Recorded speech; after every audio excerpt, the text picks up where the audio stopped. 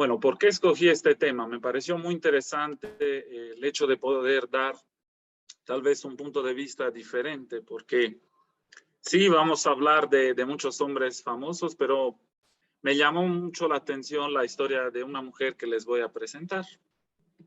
Antes que nada, les doy benvenuti en italiano. Y bueno, aquí les presento muy rápidamente, para empezar, algunos falsos amigos. ¿Qué son los falsos amigos? Falsos amigos en lingüística se definen como palabras que se parecen, pero tienen un significado diferente. Eso se lo digo solo como curiosidad para empezar. Quizás algunos de ustedes hablen italiano, otros se animarán a estudiar. En todo caso, por ejemplo, vean en italiano la palabra burro es mantequilla. Sin embargo, en español, cuando decimos burro, en italiano es el animal, asino. Y hay una serie, como pueden ver aquí en esta diapositiva, de una serie de palabras, lo cual es bueno conocer, ¿no? En caso se animan a estudiarlo para no confundirse. Bueno, ahora sí arrancamos. Del título de la conferencia me gustaría hablar antes de los científicos, de los navegadores y del impacto que tuvieron sobre la sociedad, no solamente italiana, sino mundial e internacional. La mujer que yo escogí se llama Tina Modotti. Hay muchas mujeres italianas famosas en el sector espacial. Por ejemplo, Samantha Cristoforetti, una de las mejores astronautas de las últimas décadas. Margherita Hack, en el sector de la astrofísica. Sin embargo, yo escogí esta fotógrafa, esa mujer, porque me pareció muy excepcional su historia, y también, ya que vivo en México desde hace mucho tiempo y aquí trabajo, la vida de esta mujer está muy cercana a lo que fue la historia, un periodo de la historia mexicana. ¿Quién fue Tina Modotti? Podríamos decir que ella fue, como dice su epitafio aquí, porque ella, veremos, está sepultada en México, eso les anticipo. Migrante, como dice, obrera, actriz, fotógrafa. Ella vivió en México en los años 20 del siglo pasado. Fue antifascista, la vida política era muy activa en aquel tiempo, y en particular para los que migraban a otros países por cuestiones políticas precisamente. De hecho, ella participó en el movimiento comunista internacional, fue perseguida, después veremos, políticamente. Y bueno, también como garibaldina de España. El origen del movimiento garibaldino de Italia fue aquel que liberó Italia. Bueno, y de cierta manera fue una herencia para muchos que entraban en la política. Bueno, ella nació en 1896 en una ciudad de Italia que se llama Udine, que está cerca de la frontera con Eslovenia. Y fíjense, murió en la Ciudad de México en 1942. Digamos que no tuvo una vida muy larga, pero fue una vida, digamos, relativamente breve, pero muy rica de eventos.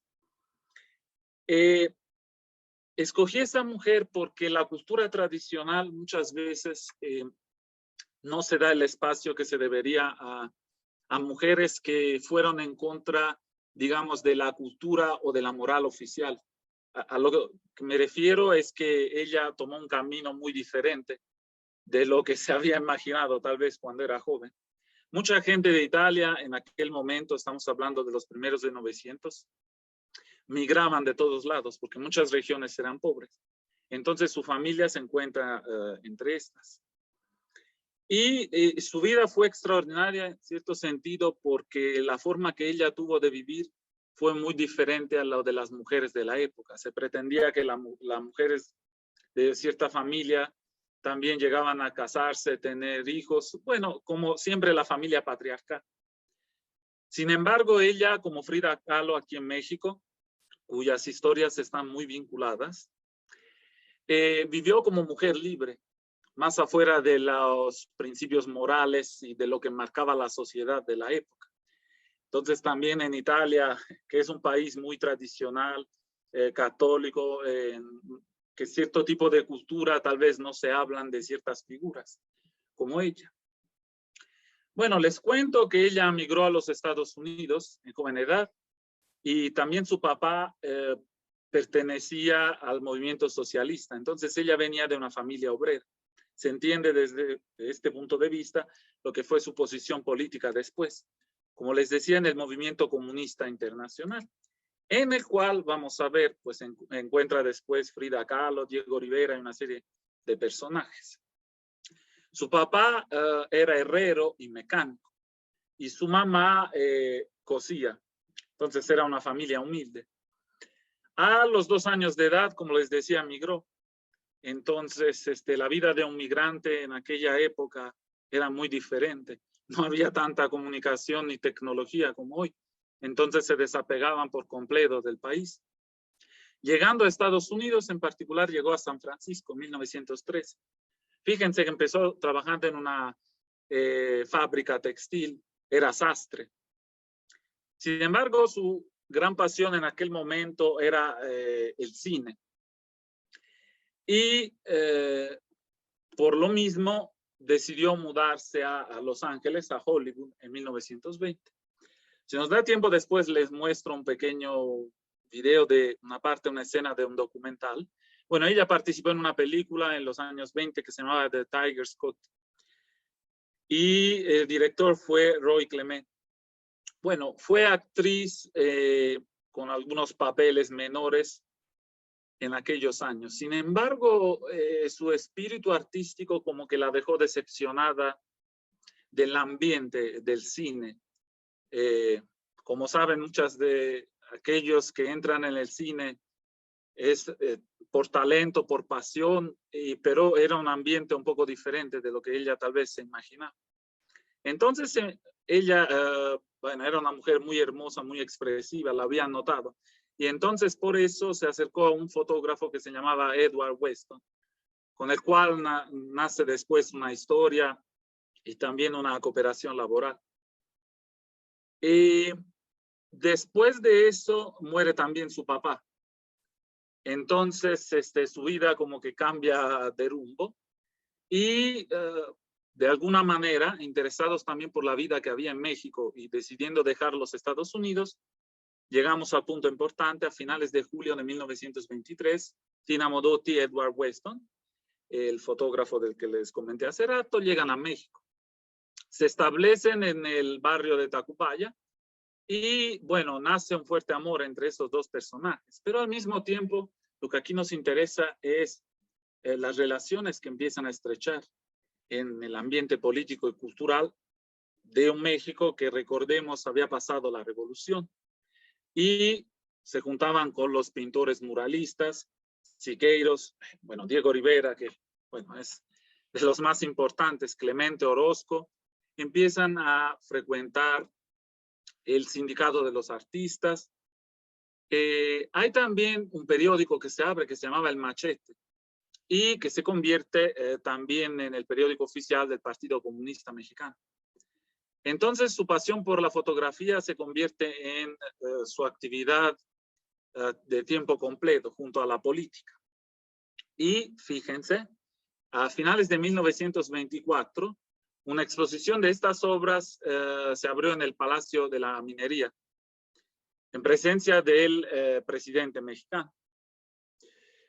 Nuevamente regresa a San Francisco. Era una ciudad a que se había quedado apegada por asuntos de vida, porque ahí había llegado la primera vez que emigró de Italia. Conoce muchas personas en este periodo y viaja entre México y Estados Unidos.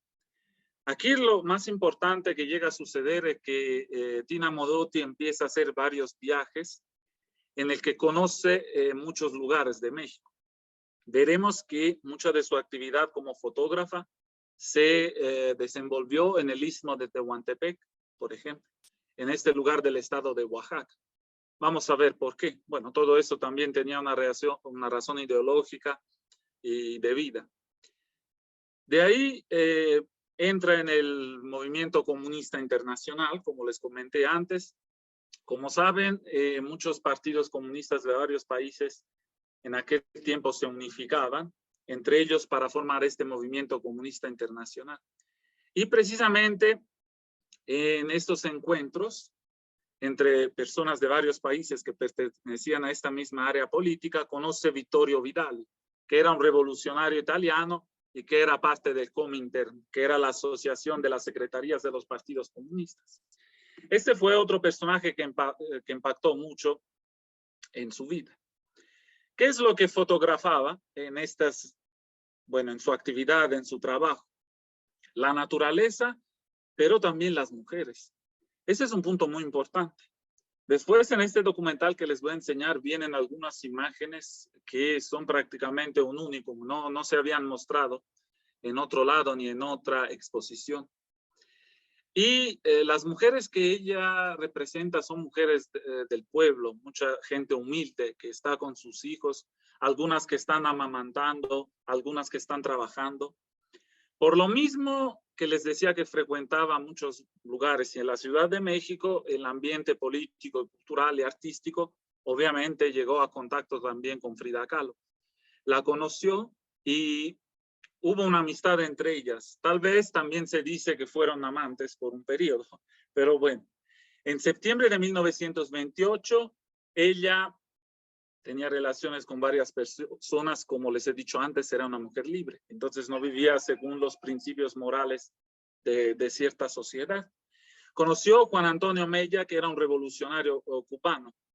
Se enamoró perdidamente de él y continuaba su actividad en la fotografía y en la política.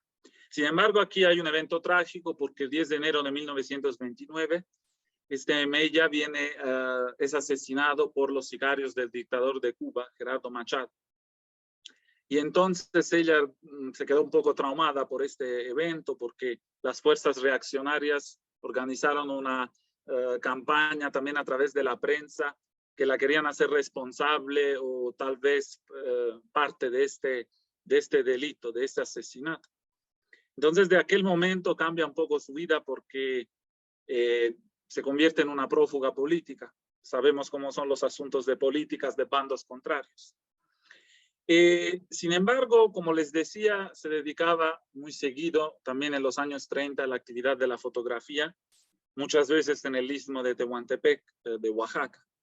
Y se organizó, fíjense, la Universidad Autónoma de la Ciudad de México, el 3 de diciembre de 1929, una exposición de todas sus obras y de sus fotos, y cuya introducción fue tenida por el pintor Siqueiros, que como les mencioné antes era parte también de este círculo político. Y se publicó también en la revista Mexican Folkways un manifiesto sobre la fotografía que tenía su firma. Entonces piensen la importancia que ya tenía Tina Modotti en ese círculo político. Posteriormente, en 1930, por los asuntos que les mencionaba antes de bandos políticos y por pertenecer a organizaciones comunistas que finalmente eran consideradas como extremistas desde el punto de vista político, de hecho la ley estableció que se pusieran, que no fueran autorizadas, se consideraban como ilegal. Entonces, se le acusó de ser parte de un golpe de Estado contra el nuevo presidente, que era Pascual Ortiz Rubio. Entonces fue arrestada y la expulsaron de México, que era un país en el que había vivido muchos años. Al final, su vida tomó muchos rumbos diferentes porque llegó a pasar por Holanda, por Rusia. La vida de un prófugo político sufre de tantos cambios, especialmente en aquella época. Y de hecho, hasta 1935 vivió entre Moscú, Varsovia, en Polonia, Viena, Madrid y París. Y se dedicó precisamente siempre a la fotografía. También ahora apoyaba a todos aquellos que eran expulsados del movimiento comunista internacional y eran prófugos políticos. En 1936 hubo otro evento importante que cambió para siempre no solo la historia de España, sino de Europa, que fue la Guerra Civil Española. Sabemos que el bando franquista peleaba contra los republicanos. Obviamente el movimiento comunista internacional estaba a favor de los republicanos, que eran los izquierdistas. Después sabemos que la Guerra Civil Española terminó con la victoria del movimiento franquista. Y en 1938, de hecho, siempre en este contexto de su actividad en España, fue una de las organizadoras del Congreso Nacional de la Solidaridad, que tuvo lugar en Madrid. Tuvo que retirarse de España por la victoria del franquismo, porque estableció un movimiento dictatorial por muchos años. Y con todos esos bombardeos, junto a Vidali, se mudó a París. Como saben, los prófugos políticos eran buscados por la policía y por las asociaciones secretas. Ella empezó también a trabajar de traductora, porque la vida se hacía muy difícil, los recursos económicos ya eran menos. Ya frecuentaba muy pocos amigos, precisamente porque la gente podía ser de espía y revelar la ubicación de todos esos prófugos políticos. Y precisamente la noche del 5 de enero de 1942, después de haber cenado con amigos, Tina Modotti murió por un infarto, un paro cardíaco. Entonces, adentro de un taxi, esto fue, mientras regresaba a su casa. Así se concluye su vida aquí en la Ciudad de México, donde habían vuelto en los últimos años. Uno de los personajes más importantes que le dedicó palabras de admiración fue el gran poeta chileno Pablo Neruda. Fíjense que él escribió, se lo voy traduciendo, sobre la joya de tu cuerpo dormido está el bolígrafo y el alma ensangrentada, como si tú pudieras sonreír, volverte a levantar arriba del fango. Bueno, toda esta dedicatoria fue hecha a la persona que ella fue en vida, que fue admirada por muchos, no obstante toda esta serie de adversidades y dificultades que tuvo que vivir. Y su cuerpo, su tumba, se encuentra en el Panteón de Dolores de la Ciudad de México. Y ese es el epitafio de Pablo Neruda que pueden ver encima de ella. Bueno, aquí les proporciono unas fotografías que fueron tomadas por Edward Weston, una de sus primeras parejas, que precisamente representa Diego Rivera y Frida Kahlo, que todos ustedes conocen, a San Francisco en 1930. Bueno, aquí pensamiento, opinión personal, la relevancia de Diego Rivera, más allá de lo que fue en su vida privada como hombre, un artista que fue revolucionario no solamente por la forma en la que vivía su arte, sino que piensen, ustedes sabrán, cuando fue al Palacio Rockefeller y con esta obra del hombre controlador del universo, fue un escándalo, porque era uno de los templos del capitalismo, y representar Marx, Lenin y tantas figuras que eran, digamos, el origen del movimiento comunista, fue algo de verdad que para mí se queda en la historia como uno de los episodios más provocativos, también del punto de vista artístico. Y esa es la tumba de Tina Modotti, que les decía está en el Panteón de Dolores en la Ciudad de México. El escultor Leopoldo Méndez fue el que hizo prácticamente el diseño y el epitafio, como pueden ver, que yo les hice una traducción del italiano de Pablo Neruda. Y bueno, al final podemos decir sobre esta mujer que México, entre todos los países en los que ella vivió, de las fuentes y de los estudios que se han hecho en los años después, gracias precisamente al interés de personas que escribieron biografías, empezaron a investigar, y después, como veremos, también cineastas que realizaron un documental, la importancia en la vida profesional, personal de este país. Porque en 1929, como les dije, esta exposición que se organizó fue considerada también por la prensa mexicana de aquella época como algo completamente revolucionario. Sin embargo, ella no se definía como una artista. Se llamaba fotógrafa, decía, y decía que ella tenía la pasión de representar las escenas de la vida cotidiana. Precisamente después de haber quedado alejada de este mundo de la farándula de Hollywood, muy diferente a lo que ella terminó haciendo después en su actividad de fotógrafa. Y como les mostraré en algunas partes de este documental, que aquí está, que se llama, de hecho, es en inglés porque lo realizaron dos cineastas británicos en 1983, que se llama precisamente Frida Kahlo en Tina Modotti, porque quiere, digamos, profundizar con algunas imágenes precisamente de la época de la Casa Azul y también de Tina Modotti, de su actividad en el Istmo de Tehuantepec, la relación que llegaron a tener en este periodo de los años 20, la forma en la que se conocieron y toda una serie de imágenes que se muestran que no se habían dado a conocer antes de 1983. Los teóricos del cine y cineastas que lo realizaron de vanguardia fueron Laura Mulvey y Peter Walden. Y fue por la Whitechapel Art Gallery en 1982, cuya exposición originó después este documental. Bueno, y esta era la mujer especial de la que quería empezar. Hace tiempo me había dado curiosidad estudiar, profundizar la vida de esta mujer y me pareció muy relevante por, digamos, todas sus relaciones con México. Ahora vamos a la otra parte, que es la vida de los navegadores.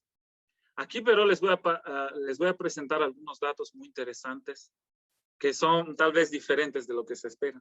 Porque vamos a ver un poco la vida de esos navegadores, pero más allá de la historia, vamos a ver el impacto que estos descubrimientos geográficos tuvieron sobre la gastronomía, que es otro de mis sectores de interés. Bueno, este lo conocerán, que es Cristóforo Colombo, Cristóbal Colón, como se conoce en lengua española. Como sabrán, él nació en la ciudad de Génova en 1451. Les presento algunos datos biográficos para mayor precisión.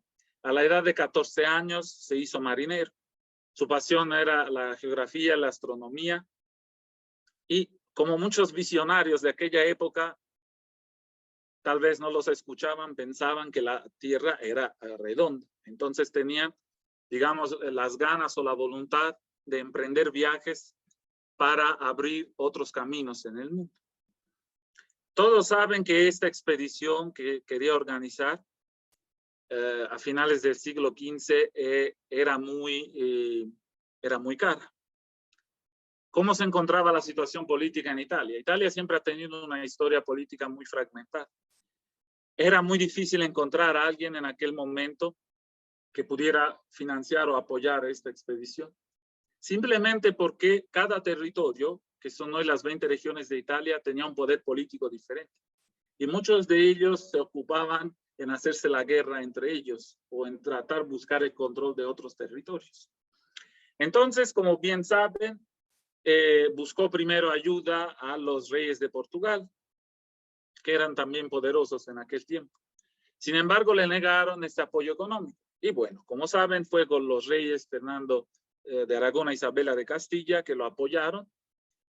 Saben que el 3 de agosto de 1492, del puerto de Palos de la Frontera, fue que salió la expedición que llegó el 12 de octubre de 1492 a Tierras de América. Todos saben que se pensaba que fuese India.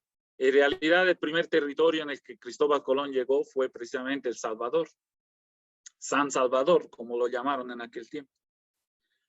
Organizó más viajes en toda su vida, de ahí vamos a ver la cuestión gastronómica también.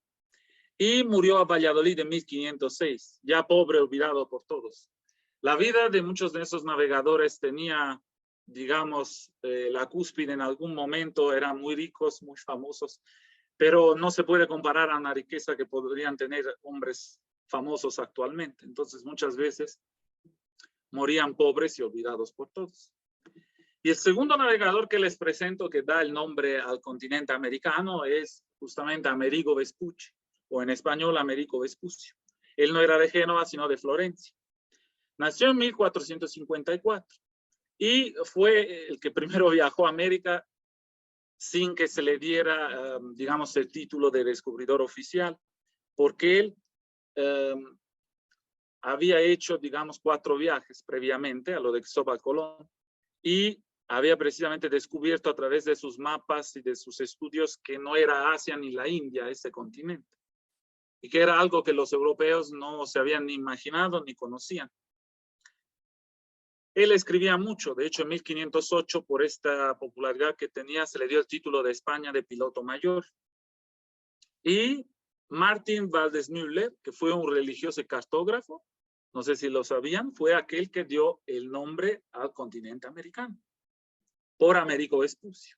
Entonces fue este cartógrafo y religioso que lo hizo en su honor.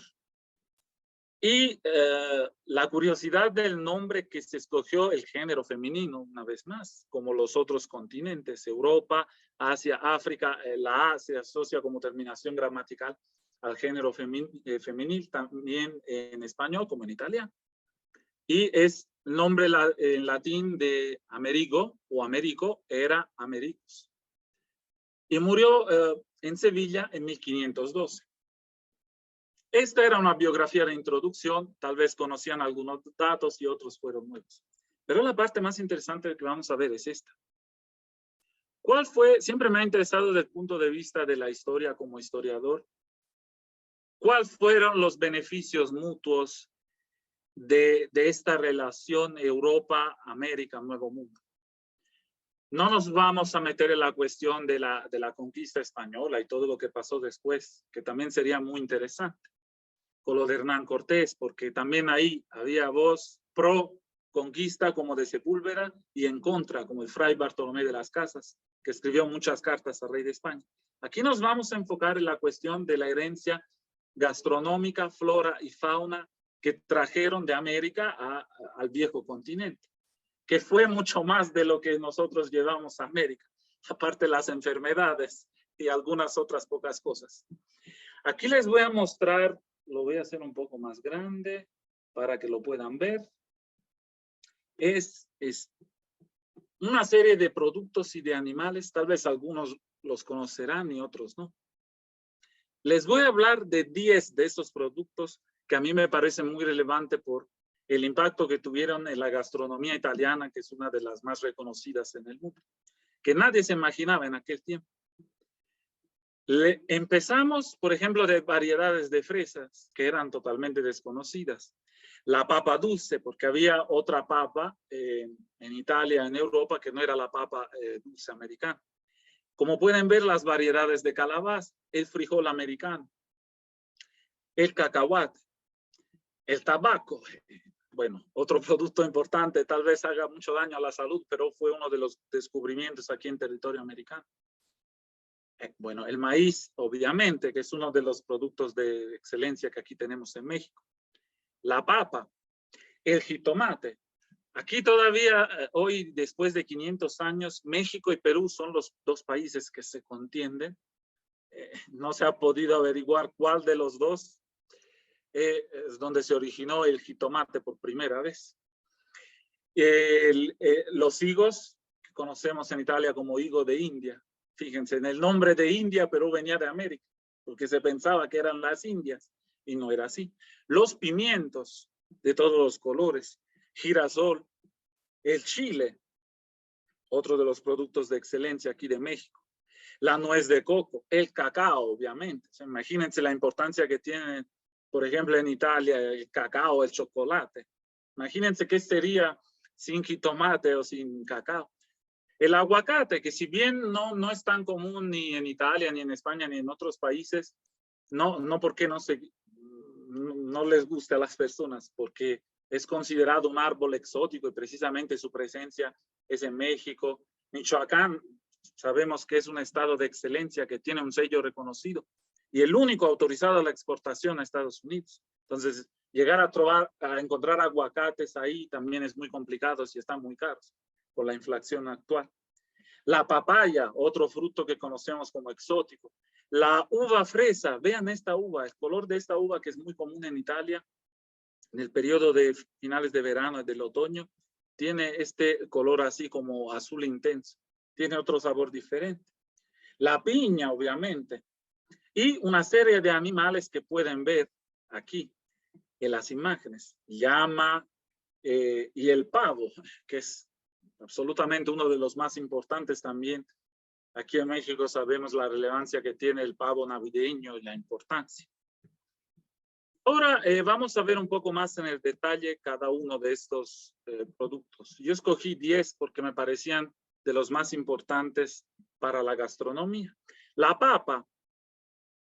Hoy la papa es fundamental en muchas gastronomías, hasta en el este de Europa. Se preparan muchos platillos. Es uno de los alimentos más importantes y más presentes en todo el mundo. ¿Cuál es el origen de la papa? Nuevamente tenemos México, Perú y Bolivia. De tiempos de los aztecas y de los incas es que se cultivaba la papa. Parece que el mismo Cristóbal Colón fue la que lo llevó a Europa. Parece pero que según las fuentes históricas, él no encontró personalmente la papa. Entonces, la otra fuente dice que fue Francisco Pizarro, en Perú, el que la descubrió en la cordillera de los Andes. Como les decía antes, es un poco complicado establecer la paternidad histórica. Se sabe que es de uno de estos países, pero no cuál precisamente. ¿Cómo se comían las papas en aquel tiempo? Se comían solo las hojas de la planta y el fruto, lo cual provocaba también una intoxicación. Entonces, las papas en la sociedad europea también de aquel tiempo se consideraban como plantas que hacían daño a la salud. Tenemos un documento histórico que nos llegó. Ahí me gusta luego investigar para ver qué se dicen las fuentes, porque es lo que nos pueden decir directamente sobre el origen de algo. Hubo una carestía tremenda en 1663 en Irlanda. Entonces, desde aquella fecha tenemos esta documentación histórica que nos muestra que en ese país se empezaron a consumir papas para alimentación humana. Y hay un agrónomo francés que hizo que la papa se volviera muy popular también en la alimentación. Un agrónomo francés que se llamaba Parmentier Antoine Augustin. Y la papa, de hecho, empezó a ser muy popular después de este caso histórico de Irlanda con el rey de Francia, Luis XVI. Después de esta carestía de 1785, había muchas carestías en muchos países. Y dio la orden a la nobleza de que sus campesinos empezaran a cultivar la papa. Entonces, desde aquel momento en la historia europea, y con este caso muy ilustre de rey de Francia y de la nobleza de uno de los países más importantes en Europa, fue que la papa empezó a circular siempre más y fue uno de los ingredientes más consumidos. Número 2, le ponemos, no por importancia, aquí fue una lista, ya después les enseñaré imágenes de platillos actuales que en Italia se hacen con estos ingredientes, muy importantes. Bueno, el pomodoro, que es el jitomate. Este puedo decir sin duda alguna que es el rey de las hortalizas, o también algunos lo consideran como fruto. Y también históricamente hay algunos registros de este tipo. El asunto es, como muchas veces sucede, lo veremos también en el caso del café. El clima tropical o de Centroamérica o de Sudamérica no es el mismo clima que había en el área del Mediterráneo. Entonces, el primer problema que se puso con el pomodoro, con el jitomate, fue la necesidad que tuviera algún ambiente en que se pudiera desarrollar y crecer. Ahora, actualmente en Italia existen alrededor de 320 variedades de jitomates. Y algunos de excelencia son los que vienen de cerca de Nápoles, de mi ciudad. Yo vengo de Nápoles y de esta región. Y tienen también denominación de origen. Como les decía antes, entre México y Perú son los dos países aztecas y incas, estas dos civilizaciones precolombinas extraordinarias que se pelean. El origen de este producto que se llamaba jitomate, bueno, ustedes sabrán muy bien de eso, y que en inglés se llama tomato o tomato, como le dicen los americanos, entonces tiene también algún origen. Después vamos a descubrir por qué en italiano se llama pomodoro. Eso nos interesaría saber. Los aztecas fueron los que inventaron la salsa de jitomate.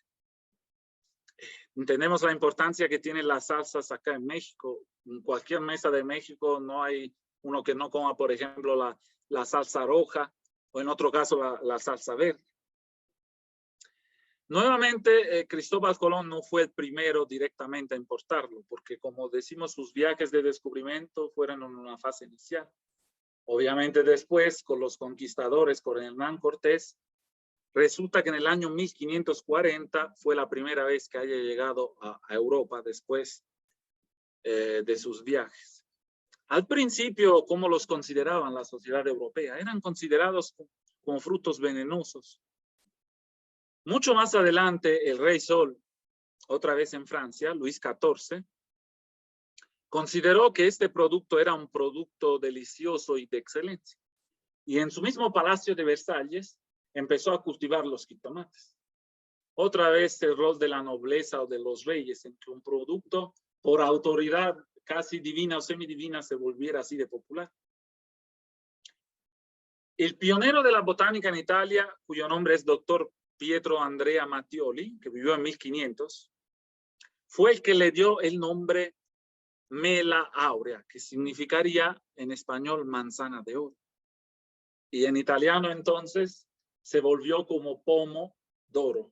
Y así es la raíz y el origen de ese nombre. Mucho más adelante, alrededor de 1600, se volvió como una planta que era ornamental en muchas casas. No la comían, pero consideraban que era bella para verla en exposición de sus casas.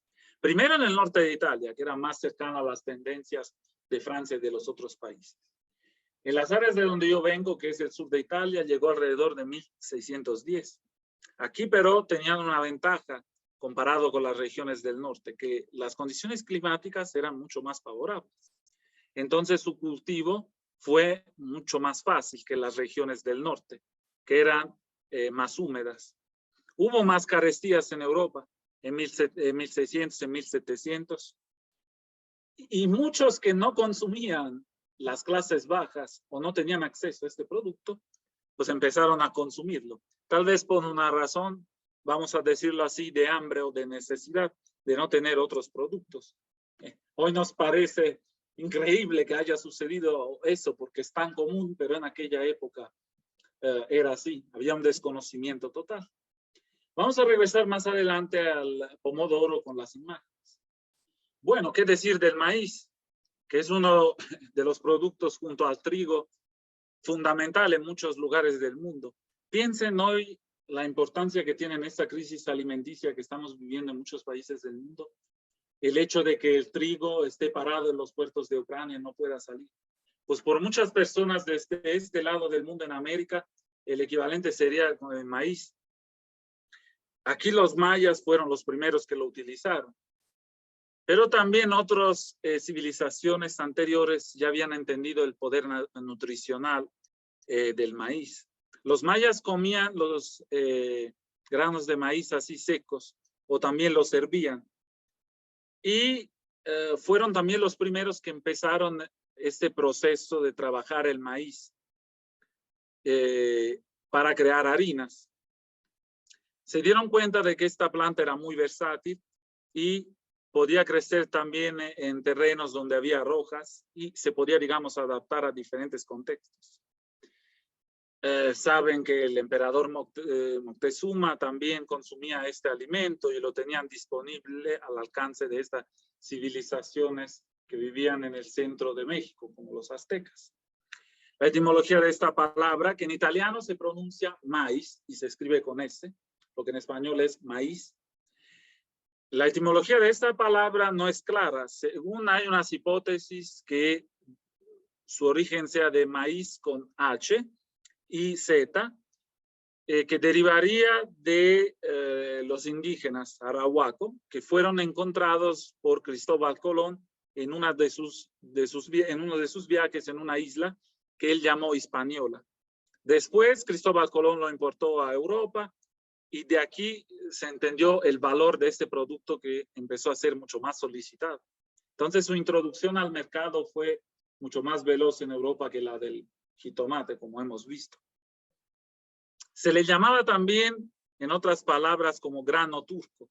Empezó ya a ser consumido regularmente en Portugal y en España, que eran los países que casi siempre iniciaban por su importancia la circulación de muchos de esos productos.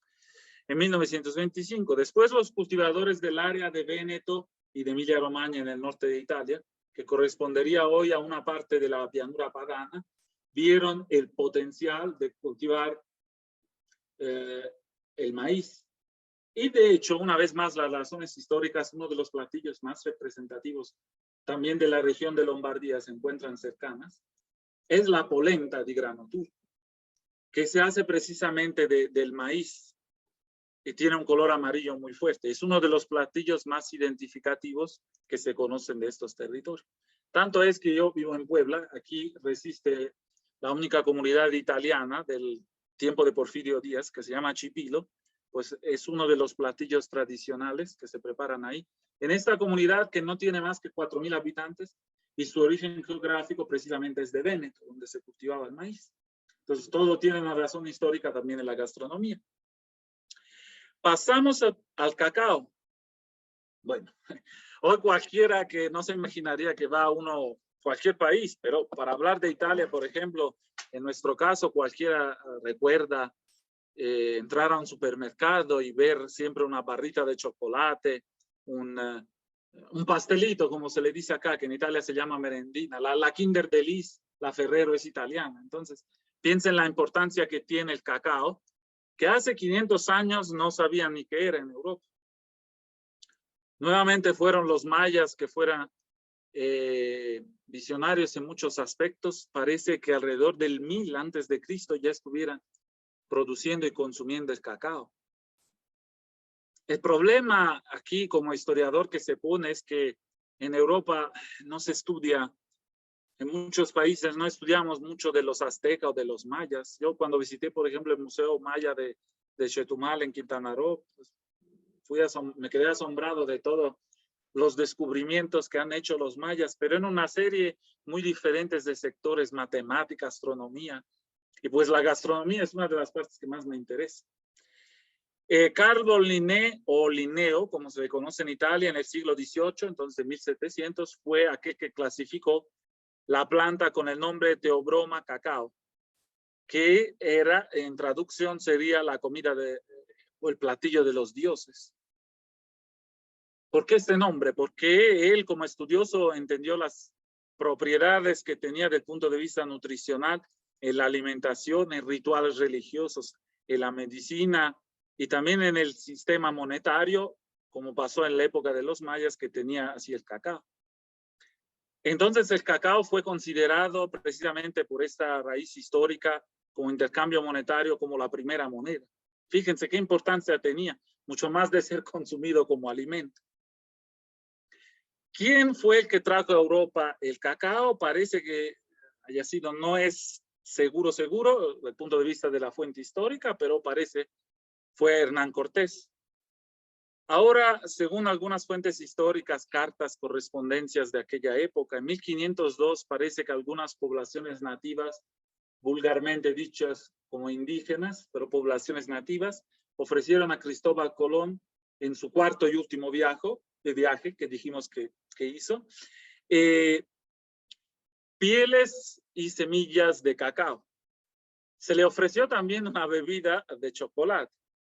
Sin embargo, en aquel tiempo no se entendía tal vez la importancia de este descubrimiento, porque tal vez por el sabor, el paladar que tenía Cristóbal Colón o los demás que venían en esta expedición, el cacao era muy amargo, entonces no lo encontraban tal vez el gusto. Después, en 1544, hay otra fuente histórica. Los frailes dominicos, de regreso de Verapaz, trajeron el cacao como bebida oscura que se llamaba chocoate, que era de las semillas de cacao. Ahora, una cosa es que se haya traído un producto por primera vez en una expedición formal o que haya llegado de forma casual por organizaciones como estas. Pues resulta que el primer comercio transoceánico de cacao fue en 1585, entonces un poco más adelante. Y llegó a uno de los puertos más importantes de la época, que se encontraba en Andalucía, que era la ciudad de Sevilla. Casi siempre referencia por todos los barcos que llegaban del nuevo mundo al viejo continente. El frijol. Bueno, ni decir de la importancia que tiene el frijol en México, porque aquí en cualquier mesa donde vayamos, o que me ha tocado de la más humilde o también a los que son de clase social más alta, el frijol es un producto característico de la identidad mexicana, pero es muy popular también en Italia. Vamos a ver por qué. En su segundo viaje a Cuba fue cuando Cristóbal Colón descubrió el frijol, esta variedad de frijol, como le decimos en Italia, americano, que era diferente. Una vez más, españoles y portugueses que tenían el poderío económico en aquella época lo introdujeron en el siglo XVI, entonces en 1500. Pues el frijol también ha revolucionado la cultura por su aportación de hierro, de proteína, que se dio a entender inmediatamente y entonces empezó a ser cultivado en muchas regiones de muchos países. Les mostraré un poco más adelante la importancia que tiene el frijol en la gastronomía de muchos ciudades de Italia, pero en particular de la mía, en Nápoles, verán una foto de un platillo que lleva frijoles. Otros son los pimientos. Hay muchos platillos que se preparan con pimientos. ¿Cómo fue la llegada del pimiento a Europa? También en la segunda mitad de 1500. ¿Cómo se le llamó en aquel momento? Se le llamó pepe de India, como pimienta de India sería, porque en italiano la palabra pepe significa pimienta. Después se le llamó peperone, porque se consideraba que el peperone o el pimiento, como lo conocemos aquí, o pimiento marrón, tenía un sabor parecido a la pimienta. Al menos así lo consideraban en aquel tiempo. No fue tan fácil introducir en la cocina italiana el pimiento, también por su sabor muy peculiar. Pero una de las ciudades en la vanguardistas en el uso de los pimientos fue mi ciudad, Nápoles. Al principio, fíjense, se hacían muchas pastas. Todo lo que aquí se come en muchos platillos que son caldosos o de diferentes maneras, en Italia es con la pasta. En Italia hay pasta de todo, veremos. Pasta de papa, de calabaza, de frijol, hay de todo tipo. Entonces, solo en 1600 fue cuando el jitomate empezó a entrar en la cocina napolitana. Veremos después la pasta, la pizza. Al principio se hacían pastas con todos los tipos de pimientos. Hay muchas referencias en la literatura gastronómica de los especialistas que se refieren a esta hortaliza como pimiento, digamos, en aceite o en vinagre, es como se le conocían, o en escabeche, diríamos también en otras palabras. Uno de los grandes admiradores históricos del pimiento fue Napoleón Bonaparte. Y se conoce que también los pimientos tienen algunas propiedades nutrientes. Y piensen ustedes que tiene más vitamina C que cualquier otro cítrico como la naranja. La calabaza americana, la variedad de calabaza que se descubrió aquí en el Nuevo Mundo y se importó después a Europa fue más o menos en 1500. Se conocían otros tipos de calabaza en Europa que tenían un sabor diferente y habían llegado de la India, que era uno de los mercados de referencia más importantes desde el punto de vista comercial. La calabaza no tiene la importancia tal vez de la gastronomía europea que pueda tener el frijol, el maíz, el pimiento. Sin embargo, vamos a ver que en Italia también se ocupa en una variedad de platillos y también en mi ciudad, Nápoles. Bueno, ¿qué decir del pavo? Muy importante, cuyas orígenes muy antiguas se remontan a México una vez más. Parece, según las fuentes históricas, que entre el 200 antes de Cristo y 700 después de Cristo se hayan encontrado estos animales en territorio mexicano. El emperador azteco Moctezuma hizo que se hubiera pavos en gran cantidad. Y de hecho los aztecas apreciaban mucho esta carne que era muy suave y también el pavo era considerado como un animal bonito cuyas se podía utilizar también como ornamento. Bueno, ¿cómo llegó a Europa el pavo? Ese es el asunto importante para ver. Parece que en 1525 González Fernando de Oviedo, que fue un gobernador de Hispaniola, que sería hoy República Dominicana, lo describió el pavo en un tratado que se llamó Sumario de la Historia Natural de las Indias Occidentales. Otros dicen que alrededor de 1511 fue Cristóbal Colón que lo trajo, llegando a España por primera vez. Bueno, la importancia que tiene el pavo en Estados Unidos y en México es bien reconocida. Obviamente, en Italia, en España, en otros países, tal vez no se come el pavo entero así como lo conocemos en su versión del Día de Acción de Gracias. Pero su carne es muy apreciada porque se puede comer, digamos, como pechuga. Esta carne es apreciada por contener proteína, por ser carne magra y así varios aspectos. Rápidamente nos vamos al Chile, que ni a decirlo en cualquier lado de Italia, aunque no sepa nada de México, saben que el Chile es de México y que la gastronomía mexicana tiene una gran importancia por el uso de este ingrediente. Pero ¿cómo llegó a Europa? Que nos interesa. Parece que esta vez sí haya llegado sobre la Niña, la Punta de la Santa María de Cristóbal Colón, que lo haya precisamente traído de vuelta en uno de sus viajes. Según hay una relación de 15 de enero de 1493, donde aparece en un inventario de ingredientes el chile. Después, en otra expedición de 1494, entre ellos los colaboradores de Cristóbal Colón, había un doctor que se llamaba Diego Álvarez Chanca, y parece que hayan llevado el chile a la corte de los reyes de España. Decíamos antes de lo de pepe de India, de pimienta de la India. Pues aquí un botánico italiano de la época también lo llamó de esa manera. Muchos pensaban que el chile les iba a hacer muy ricos porque podían hacer muchos negocios porque era muy diferente de todos los demás. Pero como saben, el poder de la contrarreforma católica, la iglesia prohibió por muchas décadas el cultivo de esos productos, porque la iglesia consideraba que había propósitos locos, como decía el jesuita José de Acosta.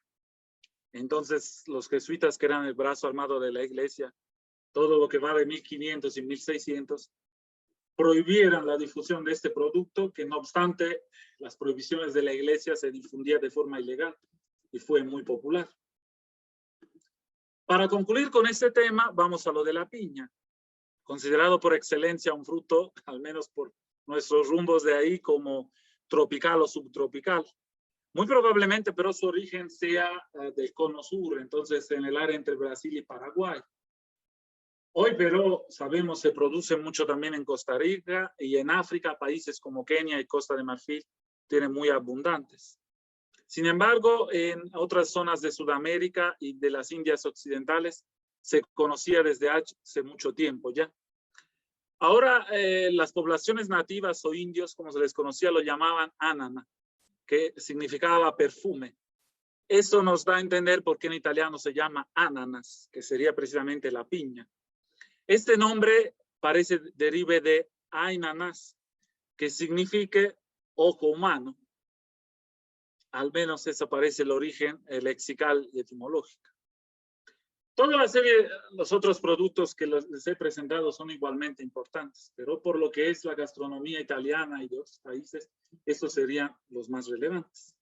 Y para concluir, aquel que se llama como un vicio mortal, porque bueno, el tabaquismo es algo que afecta a mucha gente en el mundo y puede llevar también a la muerte. Pero más allá de eso, muchos políticos o personas no se imaginan sin su puro o sin un cigarro. Uno de los políticos más importantes que fumaba el puro, por ejemplo, era Winston Churchill, el primer ministro británico durante la Segunda Guerra Mundial. Y parece que también en este caso fue Cristóbal Colón el que lo trajo por primera vez. En 1495, uno de los frailes que lo acompañaba en sus expediciones, que se llamaba Romano Pane, se quedó en Haití y fue ahí donde fue la primera descripción de la planta de tabaco, que los nativos llamaban coibá.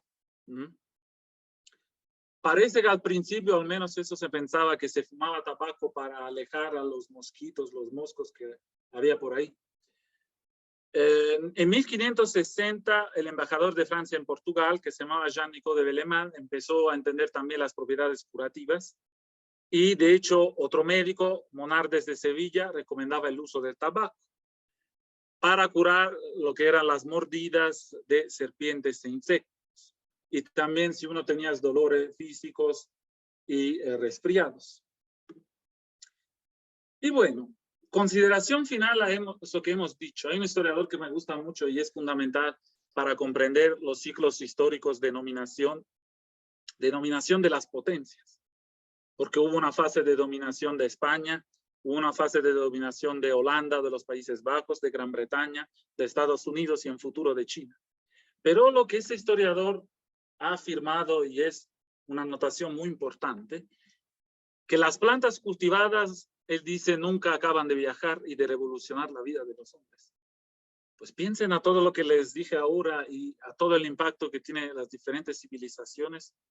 Que pase uno u otro país, la importancia de las plantas sigue siendo fundamental, porque conllevan una serie de conocimientos que no solamente terminan en nuestro plato para ser comidos, sino que conllevan unas técnicas, instrumentos y un sistema de productos, de alimentos, de importaciones y de exportaciones que determinan mucho de la economía de los países. Para concluir, él hace una reflexión desde la Edad Antigua, los fenicios que introdujeron el alfabeto, los griegos, los romanos, después en época cristiana, los turcos, las rutas que se llamaban la vía de las especias, las cruzadas, todo este flujo que había entre Oriente, Medio Oriente, África del Norte, Europa, Américas, creó una serie de círculos internacionales en donde los alimentos iban y venían, y algunas como las especias eran muy codiciadas. Pero piensen a productos cítricos como la naranja, como el limón, la berenjena que venía de India y fue importada en el Mediterráneo. ¿Y qué importancia tiene hoy la gastronomía italiana? En Sicilia, la pasta a la siciliana, la que lleva berenjena. Gran importancia tuvieron muchos países, italianos, españoles, pero muy importantes fueron los portugueses, que abrieron muchas rutas de Europa al Océano Índico. Una de sus ciudades más importantes era Goa, en el Océano Índico. Pues, después los portugueses circunnavegaron África, abrieron más vías marítimas. Entonces se podía llegar al este de Asia sin pasar por los países árabes, como conocemos el Oriente Medio, el Medio Oriente. Y entonces de India, de Goa, ellos traían directamente las especias. El café, por ejemplo, llegó a Italia en un segundo momento, pero era ya muy popular en Turquía. ¿Y quién no se imagina hoy un italiano sin cacao, sin café o sin el pomodoro? Y entonces, para concluir, así es como llegó todo esto a Europa, ¿no? Cristóbal Colón, en su intento de descubrir un territorio nuevo y sin saber que había llegado a América, pues ahora sabemos que toda la importancia que tienen los chiles mismos, los jitomates y todo eso que viene del Nuevo Mundo o pasó por Asia y llegó a los platos de muchas gastronomías de Europa y de muchos países. Hoy es muy relevante hablar de eso porque muchos lados del mundo tal vez no tienen la disponibilidad que uno se esperaría de muchos de esos productos. Pero lo que les decía antes, les mostraré ahora unas imágenes de platillos que ocupan esos ingredientes. En particular la gastronomía de Nápoles, somos muy territoriales, así que esa es la pasta de papas y próvola, que es un tipo de queso que se va derritiendo. Pues ese es uno de los platillos tradicionales de Nápoles. Si van a una degustación, a una trattoria, o sea, un lugar tradicional donde comen en el centro histórico, encontrarán este platillo. La importancia de la papa. Bueno, aquí vamos de lo más excepcional y es importante. ¿Qué son estas? Bueno, las que ven abajo son conservas de jitomate. Solea es una de las más importantes que viene de un lugar de Nápoles como a 1 hora y media, que es un agro, campo, de algunos lugares donde se producen todas las conservas de jitomate. Eso sí, la gente prefiere utilizar siempre jitomate de caja y así como añejado, bien conservado. No suelen ocupar la variedad del otro jitomate grande que conocemos de bola, que es como para ensalada. Para muchos de estos, como pueden observar, se ocupa esta variedad de jitomate que es roja y amarilla. Que esta viene de una zona de 17 municipios que se encuentran cerca del volcán del Vesubio. Pues este es un producto con denominación de origen protegido que se llama en italiano pomodorini del piennolo del Vesubio. ¿Por qué piennolo? Porque tienen esta como punta, como pueden ver, que es una característica de este jitomate que solo se encuentra en esta zona. Después les podría recomendar hasta algún lugar donde aquí lo pueden encontrar en México. Hay un restaurante por ahí de Oaxaca que utiliza estos mismos jitomates y estas conservas, todas caseras, para hacer la pizza napolitana, que es el siguiente tema. Justamente el platillo más representativo de Italia, sí. Pero para ser precisos, de Nápoles, es donde la pizza pues utiliza el jitomate. Este mismo jitomate que ven de caja y esta harina que se utiliza, por ejemplo, es de un molín que nació en 1924. O sea, fíjense, casi tiene 100 años de vida. Se encuentra cerca de Nápoles y es una harina de excelencia para la pizza. Y esta que ven aquí es un platillo de ragú a la napolitana, que ocupa también el jitomate. siempre de este tipo. ¿Qué es eso? Esa es la pasta de frijoles con mejillones. Otro platillo exquisito napolitano. No es necesario ponerle los mejillones por si alguno de ustedes no come mariscos o es alérgico, no le gusta. Se puede solo con los frijoles. Aquí hay dos variedades. Se puede hacer con los frijoles enteros, los frijoles cafés, digamos, de esta variedad. O también se pueden hacer molidos. Bueno, la pasta está deliciosa, pero bueno, también a los ojos de ustedes habría que ver y probar, el paladar es diferente, la manera, pero como les decía, se hace pasta prácticamente de todo. Estos, ¿cómo se llaman? Se llaman pimientos rellenos.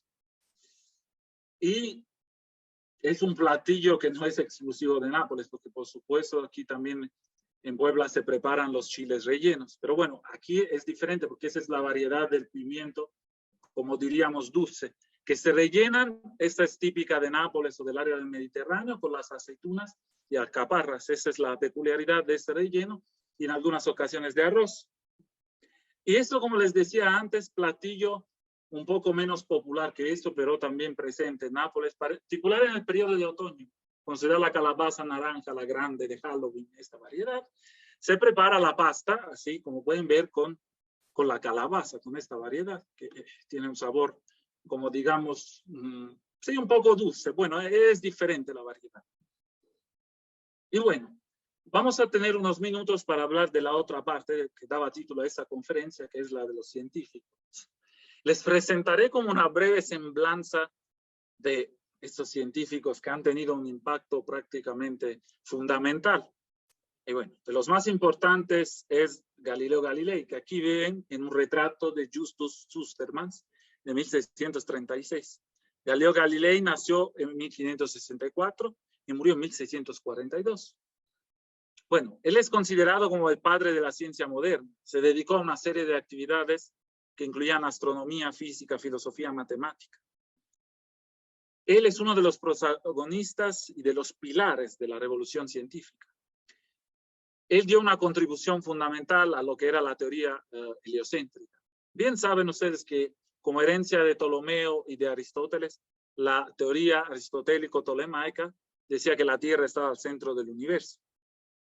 Bueno, con el descubrimiento y después también con los principios de la gravitación universal de Newton y la teoría copernicana y la observación de Galileo, entre 1624 y 1630 es un momento revolucionario, porque fíjense que en pleno periodo de la contrarreforma o reforma católica, aquí son escuelas diferentes, cómo se le tiene que nombrar a este movimiento.